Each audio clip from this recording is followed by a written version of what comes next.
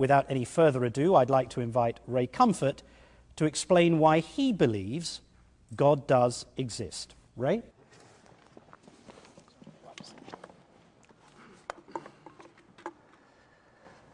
Most people believe the existence of God can't be proven.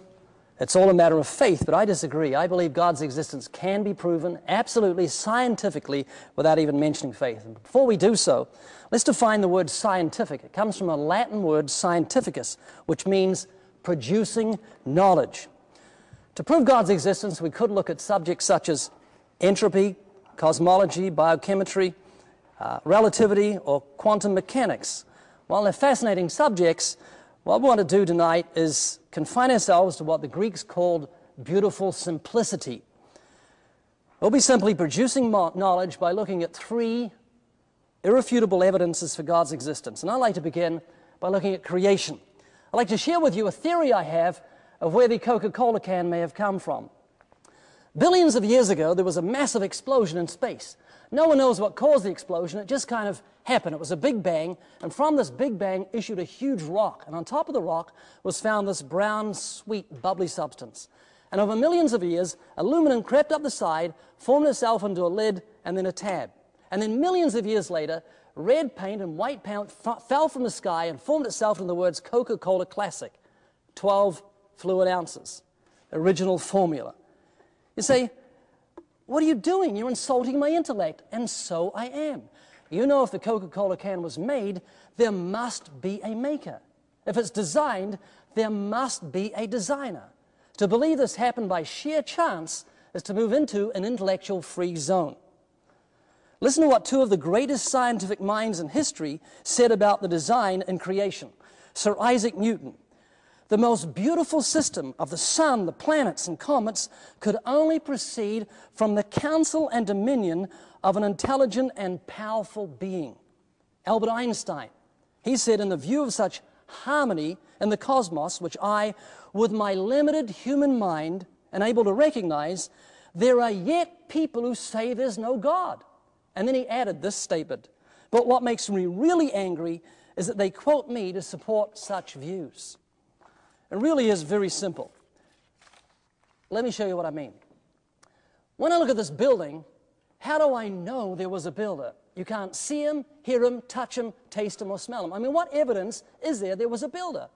Well, the building is absolute 100% scientific proof there was a builder. You can't have a building without a builder. I don't need faith to believe in a builder.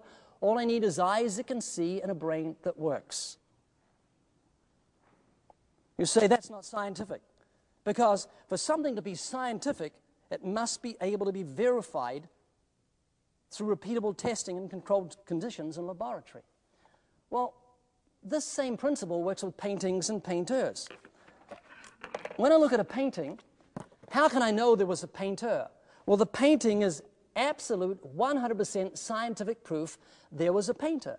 You can't have a painting without a painter. I don't need faith to believe in a painter. All I need is eyes that can see and a brain that works. And as I said, you might say, well, that's not scientific.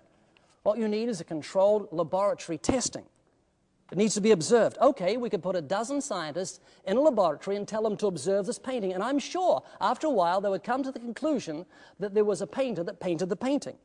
We could repeat the experiment again and again, and they'd obviously come to the same conclusion. Why?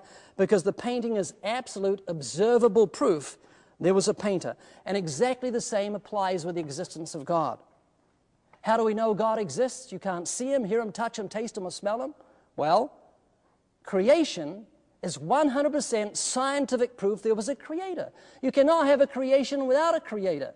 You don't need faith to believe in a creator. All you need is eyes that can see and a brain that works. Could I ever convince you that my car had no maker? I say, hey, do you like my new car? And you say, what a beautiful car. What make is it? I say, oh, it didn't have a make.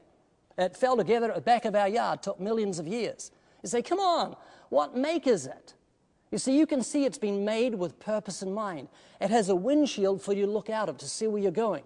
It has windshield wipers to keep the windshield clean. It has little squirters to keep things lubricated. And look at the human body. You have a windshield to see where you're going. This windshield, these eyes that we take for granted, have 137 million light-sensitive cells. The focusing muscles in the eye move an estimated 100,000 times a day. Man has never invented a camera lens anywhere near as intricate as the human eye. You have windshield wipers that don't go and get on your nerves. They go so fast you don't see it happen. Yours have worked, irrespective of your will, probably 40 times since I began speaking. You've got little squirters in here to keep things lubricated. We call them tear ducts. Or think of this air conditioner we've got, called the nose, has a backup system in case this gets blocked through the mouth. Or think of the design of the human ear. Look where they're positioned on my head to capture sound. They've even got little grooves to feed the sound down into the brain, that incredibly complex computer system. Or consider the marvel of the human hand, the respiratory system, the nervous system, or the complex reproductive system and the entire animal kingdom, both male and female. So just as I don't need faith to believe in a builder because I have the building as evidence, I don't need faith to believe in a creator because I have this incredible, marvelous creation of evidence. All I need is eyes that can see and a brain that works.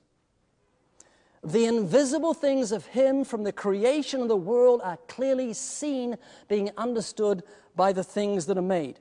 Now, if I want the builder to do something for me, then I need to have faith in Him. And the same applies with God. If I want God to do something for me, then I need to have faith in Him.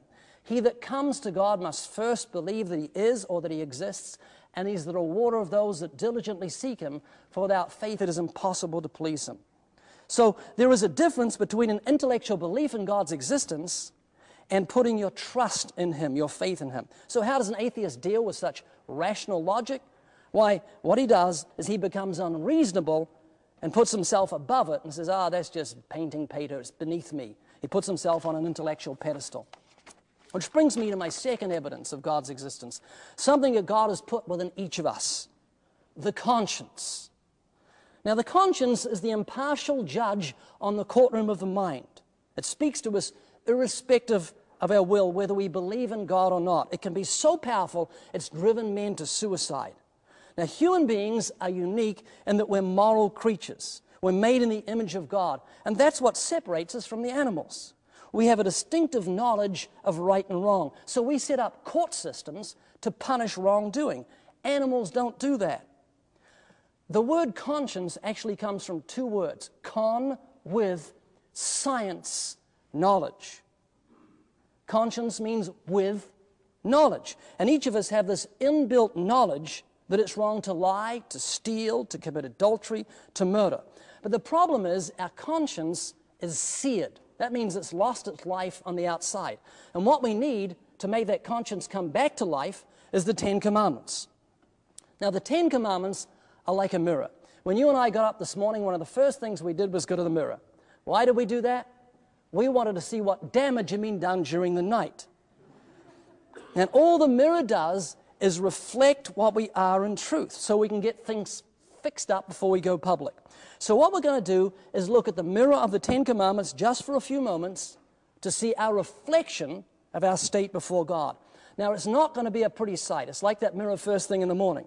You may want to look away from the mirror or even smash the mirror, but please be patient with me, because what I'm going to do is most necessary in presenting my case for God's existence. My aim is simply to stir your conscience so it will do its God-given duty.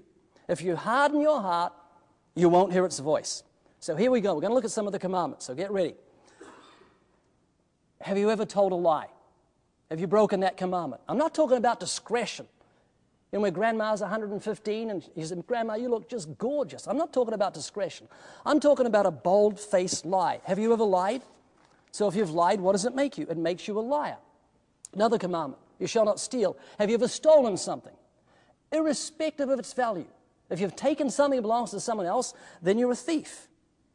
Here's another commandment, you shall not take God's name in vain. Have you ever used God's name in vain? Have you ever used God's name as a cuss word to express disgust? Think about it. God gave you life, and you've taken His holy name and used it in what's called blasphemy, which is very serious in God's sight. Final one, and this is a heavy one. This one nailed me to the wall. Jesus said,